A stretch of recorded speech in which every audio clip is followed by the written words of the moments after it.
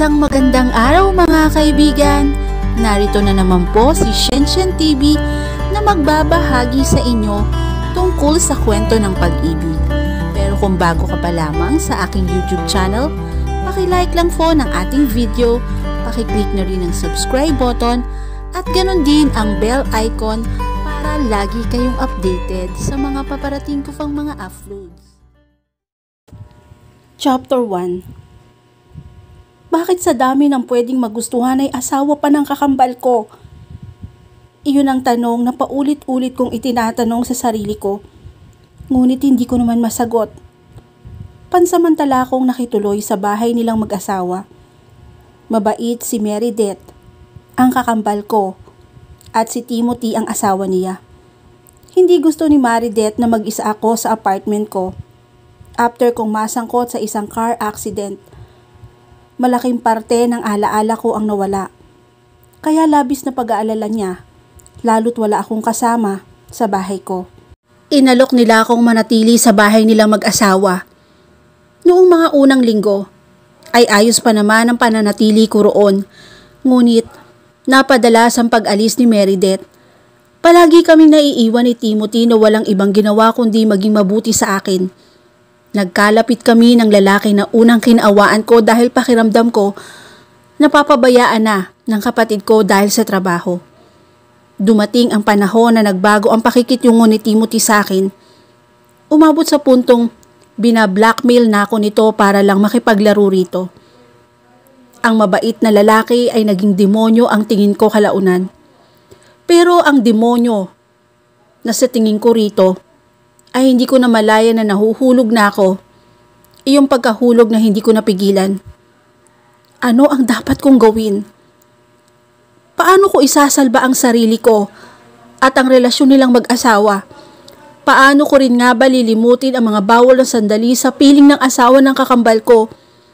Kung ang bawat sandali na yon ay ang pinakamasayang sandali sa buhay ko. Sigurado ba kayong ayos lang rito? Na dito ako tumuloy? Worried na ani ko sa kakambal. Sinulyapan ko rin si Timothy, ang asawa ng kapatid ko na agad ngumiti nang makitang nakatingin ako. Oo naman! Kaysa naman mag-isa ka sa apartment mo. At least dito mababantayan ka namin. May bakanting silid pa rito sa first floor eh. Yung kasambahay naman ay uwian. Nagtutungo lang yun dito para maglinis at maglaba. Sa umaga, ako naman ang nagluluto eh. Ikaw na nga lang ang bahala sa lunch kasi wala kami ni Tim kapag ka may work. Ano ka ba, Claudette? Wala yun, no? Saka gusto rin kitang makasama, amin ito. Hindi kami lumaking magkasama ng kakambal ko. Naiwan ako sa poder ni na Lola habang si Mary naman ay kasama nila Papa at Mama na lumuwas ng syudad. Si Lola, ang kinalakihan kong magulang, saka lang ako lumuwas noong nakapagtapos ako ng pag-aral para magtrabaho na rin. Mas maganda ang buhay ng kapatid ko kaysa sa akin. Gusto ng magulang namin na manatili ako sa bahay nila. Pero dahil mataas ang pride ko, ay may hinanakit ako sa kanila at nag-apartment ako. Si Meredith lang ang kasundo ko dahil noon pa man ay nagre-reach out na ito sa akin. Tanda ko naman na 2 years ago ay nagkaayos kami nito. Naging close kami nito pero dahil sa aksidenteng iyon, mahigit 2 years ko rito sa syudad ay nawala sa utak ko. Na aksidente ang kinalululanan kong taxi at naapektuhan ang alaala ko. Tim, hatid mo si Claudette sa room niya. Maghahanda lang ako ng merienda natin. Agad namang lumapit si Timothy at binuhat ang maleta ko. Bago pa ako sumunod dito ay napatingin pa ako sa wedding picture nilang mag-asawa.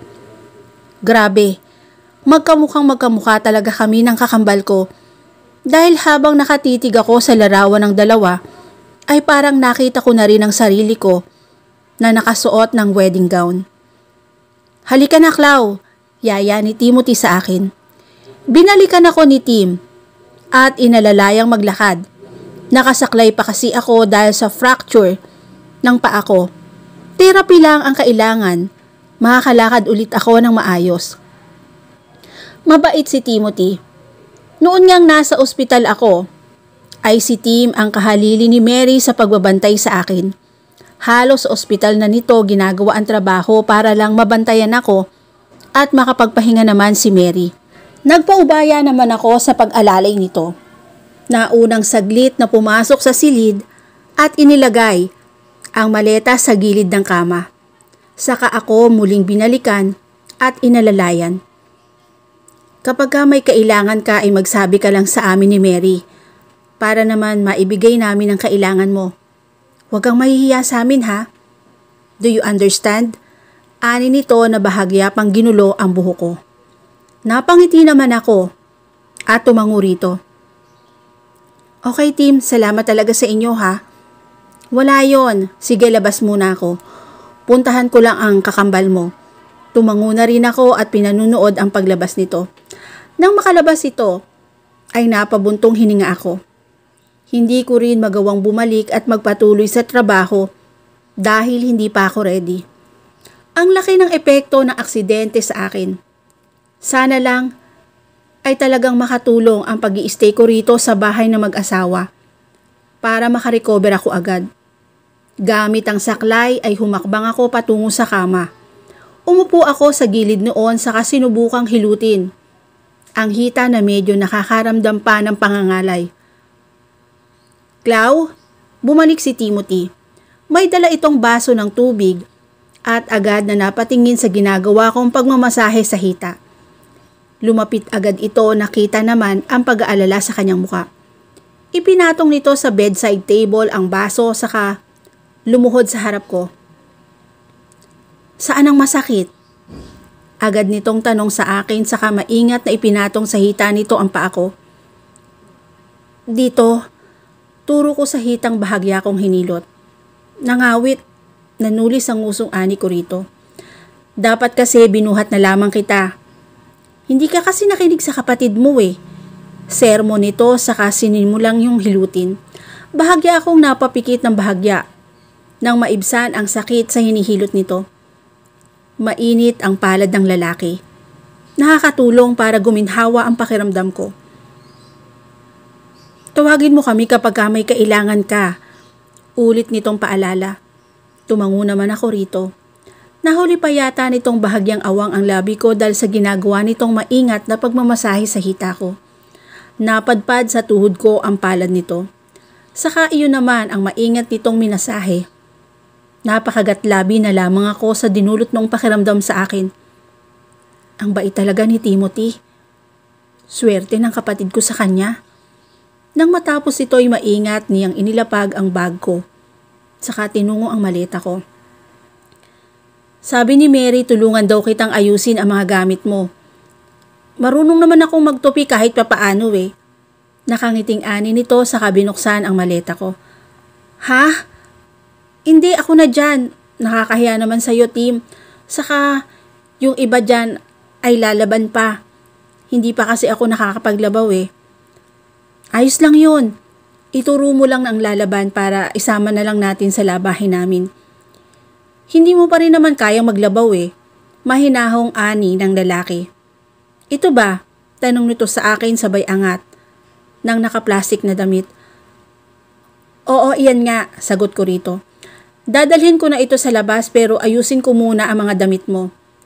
Tumango naman ako rito at nagpasalamat. Hindi rin naman ito papayag na tumanggi ako. Sa totoo nga niyan ay nakakahiya sa asawa ni Mary. Ang bait kasi nito tapos magiging pasanin pa ako nilang mag-asawa sa loob ng ilang linggong pananatili ko rito. Nalingunan ko ito.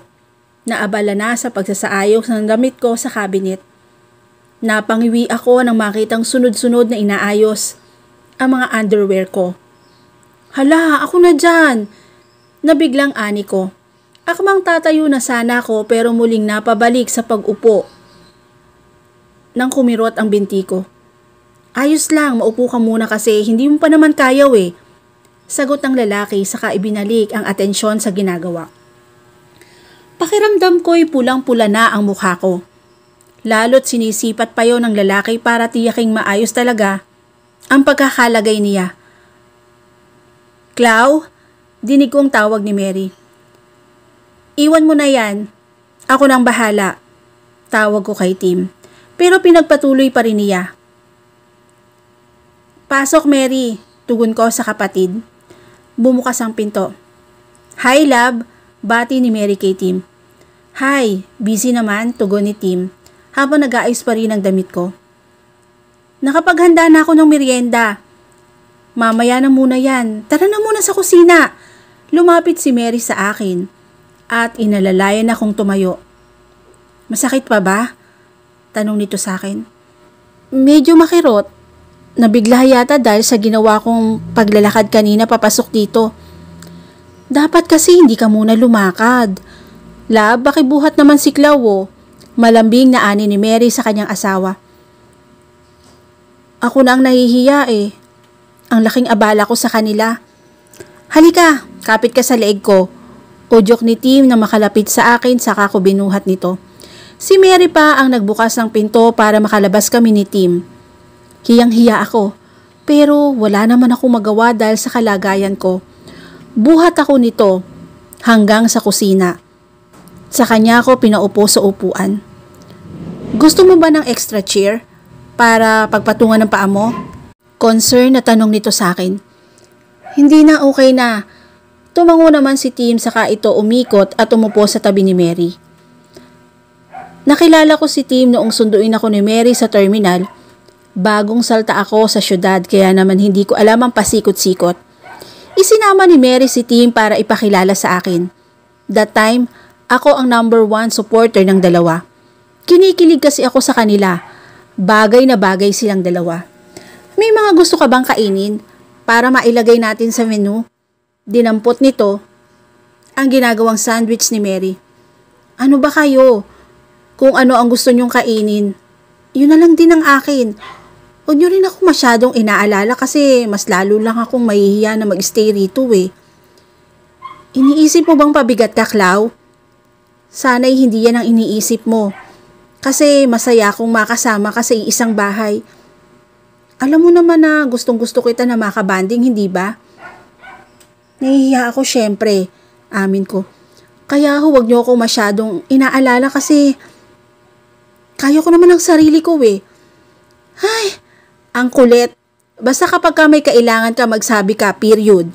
Giit ni Mary na ikinatawa ko na lamang. Ang kulit naman talaga eh. Nagpapasalamat ako nang lagyan ni Tim ang baso ko ng orange juice. Saka nito nilagyan ang baso ni Mary. Papalagyan ko rin ng TV ang room mo para hindi ka ma-void. Hala, wag na. May TV naman sa sala. Doon na lang ako manonood. Mabilis na ani ko. Basta, ibibili ka namin. Si Mary na nakangisi. Ito naman sila. Ini-spoil ako. Nagkibit balikat na lamang ako dahil halata namang igigiit rin nila. Nang matapos kaming magmerienda ay nagligpit na si Mary. Nakaramdam ako ng awit kaya tumayo na ako at nagpaalam sa kakambal na abala na sa paghuhugas. Tim, pakialalayan naman si Claudette oh. Malakas na tawag ni Mary sa asawa niya. Agad namang dumating ang lalaki. Saka lumapit sa akin. Sabi, alalayan pero binuhat mo na ako nito. Saan kita dadalhin? Tanong nito sa akin. Sa kwarto. Nahihiyang sagot ko. Dinala naman ako nito sa kwarto. Balak pa nga sana nitong ipagpatuloy ang pag-aayos ng damit ko pero mariin akong tumanggi. Matutulog muna ako bago ko ituloy ang nasimula ni Timothy. Nagising ako papadilim na. Nagising ako dahil sa katok ng lalaki at marahan nitong pagbukas ng pinto. Nagising ba kita? Sorry, kailangan mo kasing uminom ng gamot eh, bili ni Mary. Bakit? Nasaan ang kakambal ko? Takang tanong ko rito. Tumawag kasi ang best friend niya kaya, ayun, dali-daling umalis. Ah, bakit hindi ka sumama? Madalas namang sumama ang lalaki sa asawa niya sa mga lakad ng mga kaibigan ni Mary eh. Girls night out daw. Hindi na rin ako sumama kasi may gagawin pa akong trabaho. Ganun ba? Pasensya na sa abala ha. Akin na yung gamot ko. Inilahad ko ang kamay ko sa lalaki para kunin ang gamot. Lumapit naman ito at iniabot sa akin ang gamot na kailangan kong inumin. Agad kong tinanggap yon at sinubo. Saka akmang kukunin na ang baso ng tubig pero ito mismo ang naglapit noon sa bibig ko. Nabigla ako pero ininom ko na rin dahil hindi ko gusto ang lasa ng gamot. Bahagya pa nitong pinunasan ng labi kong nabasa. Bahagya itong umiti. Maasikaso ang lalaki.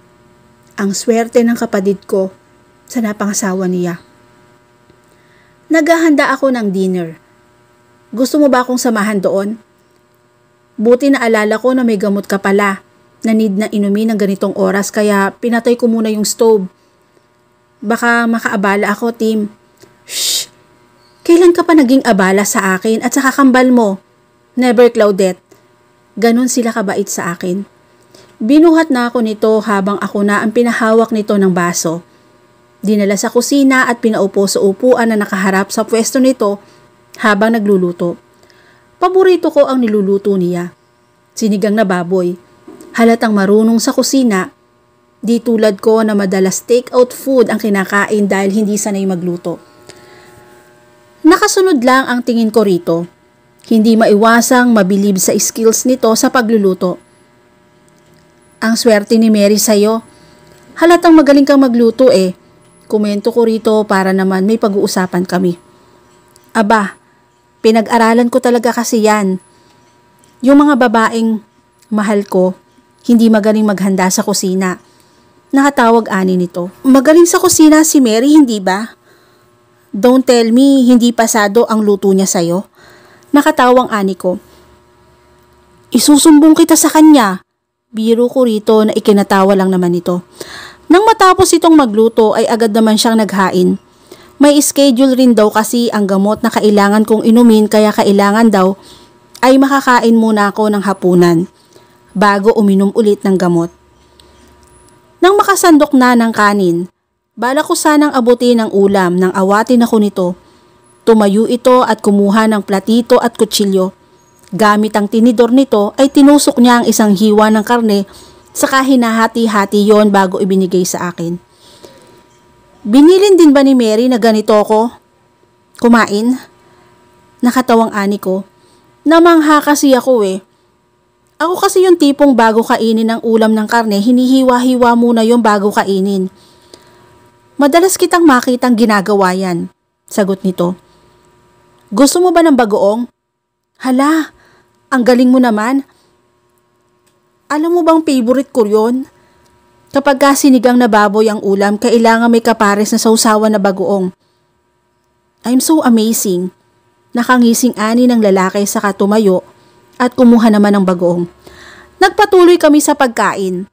Nang matapos ay ito pa rin ang nag-ayos ng kinainan namin. Pinainom ako ng gamot. Ito na rin ang nagdala sa akin sa kwarto. Lilinisin na kita. Para akong naitulo sa narinig kong sinabi nito. Magkamukha kami ni Mary pero hindi ako ang asawa nito. Parang kumalat ang init sa mukha ko. Nang tignan ko ito, ay nasa mukha na rin ito ang pagkabigla sa lumabas na salita sa bibig nito. Biglang naging awkward ang paligid namin. Pulang-pula na ang mukha ko. Habang ito ay biglang nag-iwas ng tingin. Napakamot din sa ulo. Natauhan siguro sa sinabi niya. Maaga akong nagising. Sabado ngayon, tiyak na tulog pa si Mary at Timothy. Nang sipatin ko ang oras ay nakita kong 6:25 AM pa lamang. Gamit ang saklay na inipit ko sa kaliwang balikat ko, ay maingat akong lumabas. Sala agad ang bumungad pagbukas ko ng pinto. Gising na si Timothy at Mary. Nasa sala ang mga ito at parehong nakaharap sa laptop nila. Ang aga nyo namang gumising. Parang nahiya tuloy ako. Akala ko maaga na yung 6:20 na gising ko. Mas maaga pala ang mga ito. Good morning, Claudette. Bati ni Timothy. Good morning, twins. Ganito talaga kami rito, 5 AM pa lamang ay gising na kami. Kahit araw ng Sabado o kaya Linggo. Tugon naman ni Maridet. Humakbang ako patungo sa isang couch. Nakakahiya naman kung diretso sa kusina. Ipagtitimpla kita ng gatas. Agad na presenta ni Timothy. Ikaw, love? Tanong ni Tim kay Mary. Fresh juice lang sa akin, love. Tugon naman ang kakambal ko sa asawa niya. Ako na lang ang magtitimpla. Gusto ko magkape. Mabilis na ani ko kay Tim. Ako na lang ang magtitimpla. Gusto ko magkape. Mabilis na ani ko kay Tim. Ako na lang din na maghahanda ng fresh juice. Ipagpatuloy nyo na lamang ginagawa nyo. Hindi na, ako nang bahala.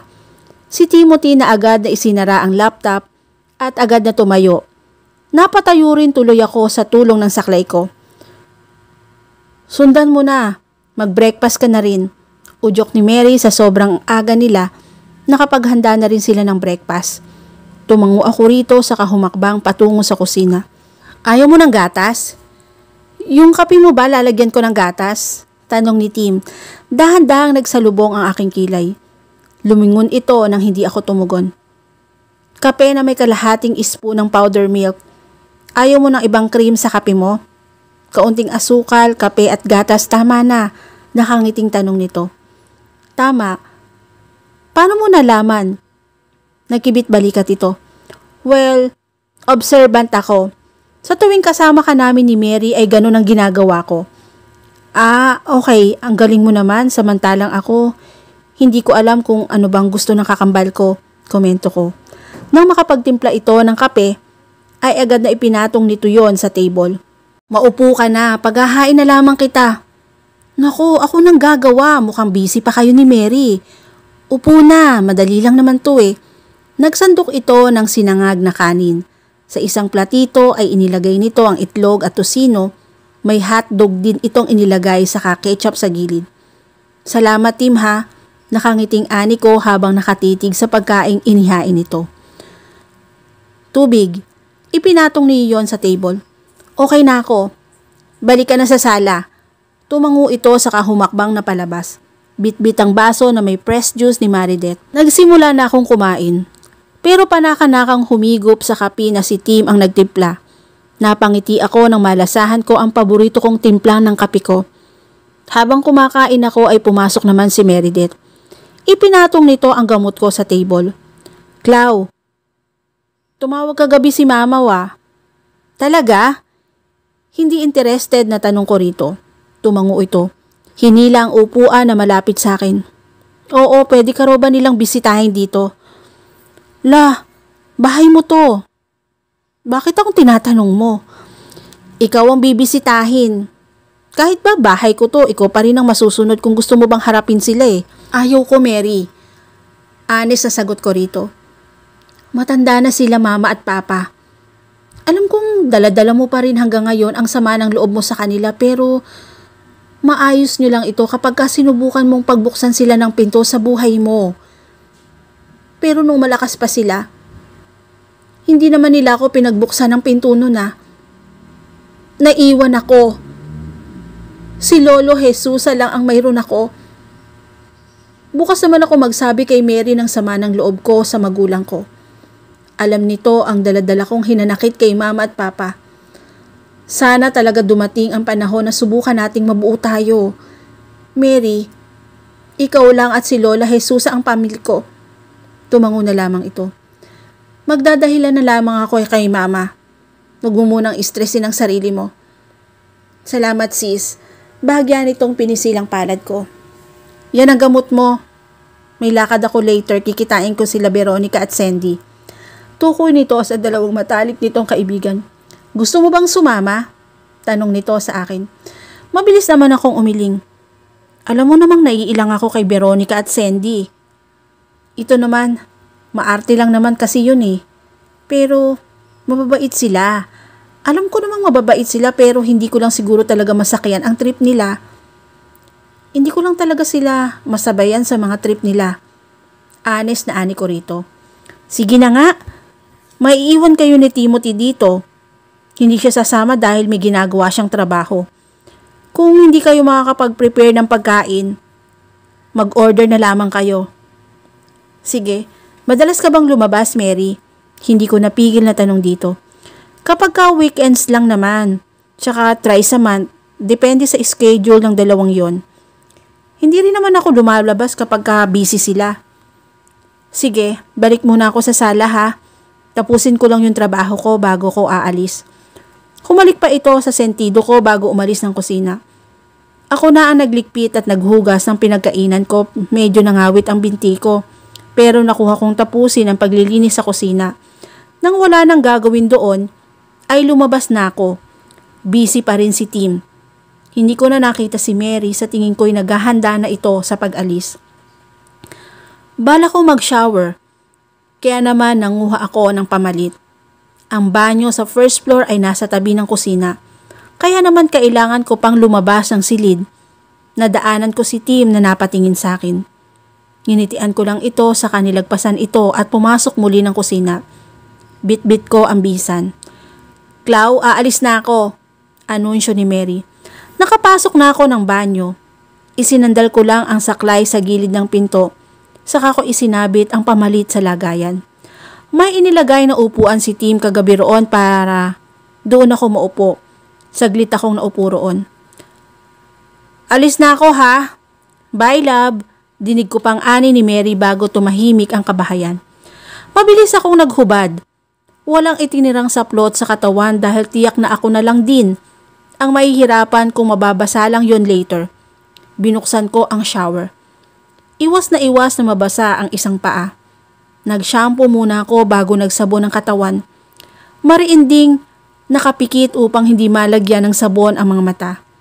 Pakanta-kanta pa ako ng bahagyang umuga ang kinauupuan ko. Dahil sa sabon, dumulas ako sa kinauupuan ko at napatili. Claudette?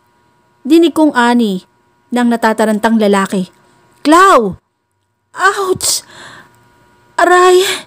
Daing ko dahil sa bumagsak na balakang. Hindi pa nga okay ang paa ko tapos dumagdag pa itong balakang ko. Aray!